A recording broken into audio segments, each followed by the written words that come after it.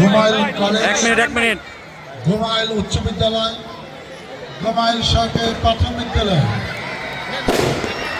যৌথ উদ্যোগে আজকে এই বার্ষিক ক্রীড়া প্রতিযোগিতা শেষে পুরস্কার বিতরণ অনুষ্ঠানে সম্মানিত সভাপতি জেনারেশন সরকার, উপস্থিত সম্মানিত বিশেষ অতিথিবৃন্দ, এলাকার মুরব্বিয়ান, ম্যানেজিং কমিটির সম্মানিত সদস্যবৃন্দ, অভিভাবকবৃন্দ, শিক্ষক শিক্ষিকা, এলাকাবাসী ও প্রিয় ছাত্রছাত্রী ভাই ও বোনেরা, আসসালামু আলাইকুম। তিনটা প্রতিষ্ঠান একসাথে অনেক জায়গায় স্পোর্টস হয় না। আমরা একটা চারটা প্রতিষ্ঠান নিয়ে স্পোর্টস করেছি।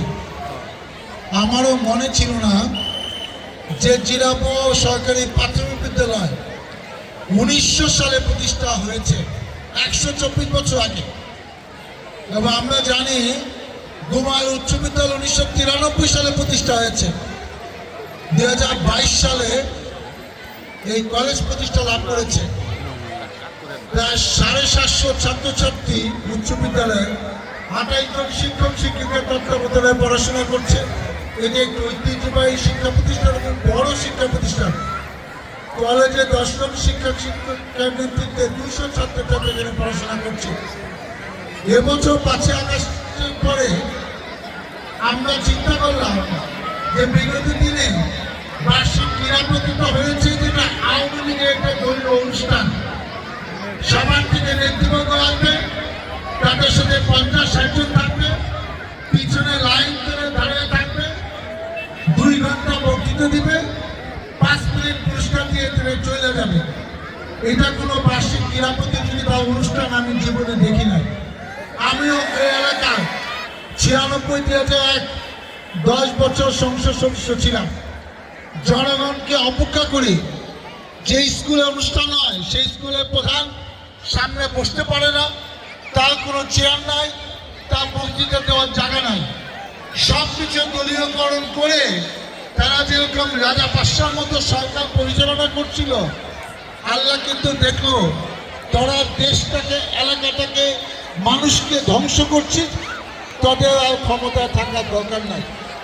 এবং সেই জন্যই আমাদের একটা বিশেষ 5 আগস্ট দেখেন একটা উসিলায় আজকে যারা বাড়াবাড়ি করেছে তাদেরকে আমরা এখন আর খুঁজে পাই না।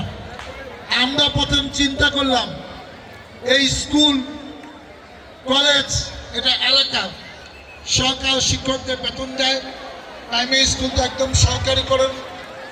অভিভাবকরা তাদের বার্ষিক ক্রীড়া প্রতিযোগিতায় থাকবে না, এই মায়েরা দেখতে পারবেন না তার সন্তান কেমন গান গায়, কেমন নাচে, কেমন পুরস্কার, কেমন খেলাধুলার পুরস্কার পায়, খেলাধুলা পারে, এটা দেখার তাদের অধিকার নাই।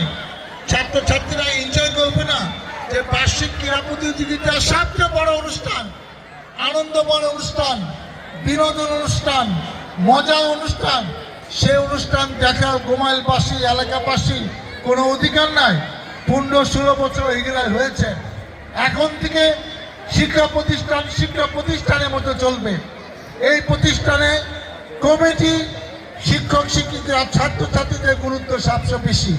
এইখানে রাজনৈতিক চর্চা করা আমার প্রয়োজন নাই। আমরা এখানে জনগণের সেবক হিসেবে দায়িত্ব পালন করব। এবং আপনারা দেখবেন আগামী দিনে শিক্ষকদের কীরকম সম্মান থাকে, ছাত্রছাত্রীদের জন্য আমরা কী ধরনের আয়োজন আগামীতে করি। আমি পরিশেষে এটা করতে চাই যে এবছর অনেক কিছু আমরা হয়তো অনেক সুন্দর করতে পারলাম না, ইনশাল্লাহ আগামী বছর এর থেকেও সুন্দর, মজা, আনন্দের অনুষ্ঠান তোমাদের উদ্দেশ্যে আমরা উপস্থাপন করব। এই আশা তোমাদেরকে দিয়ে সবাইকে আমার শুভেচ্ছা অভিনন্দন জানিয়ে আগামী দিনে আমরা সবাইকে নিয়ে যেন এই ঐতিহ্যবাহী স্কুলের ঐতিহ্যবাহী মাঠে সুন্দর অনুষ্ঠান করতে পারি। মহান আল্লাহ তাআলা আমাকে যেন সেই তৌফিক দেয়। সবাইকে আমি শুভেচ্ছা অভিনন্দন জানিয়ে আমি আমার বক্তব্য শেষ করছি।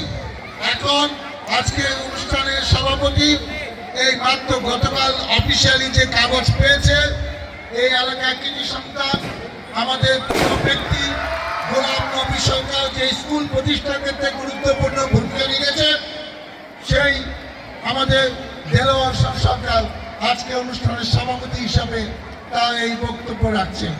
দেলোয়ার হোসেন সরকার।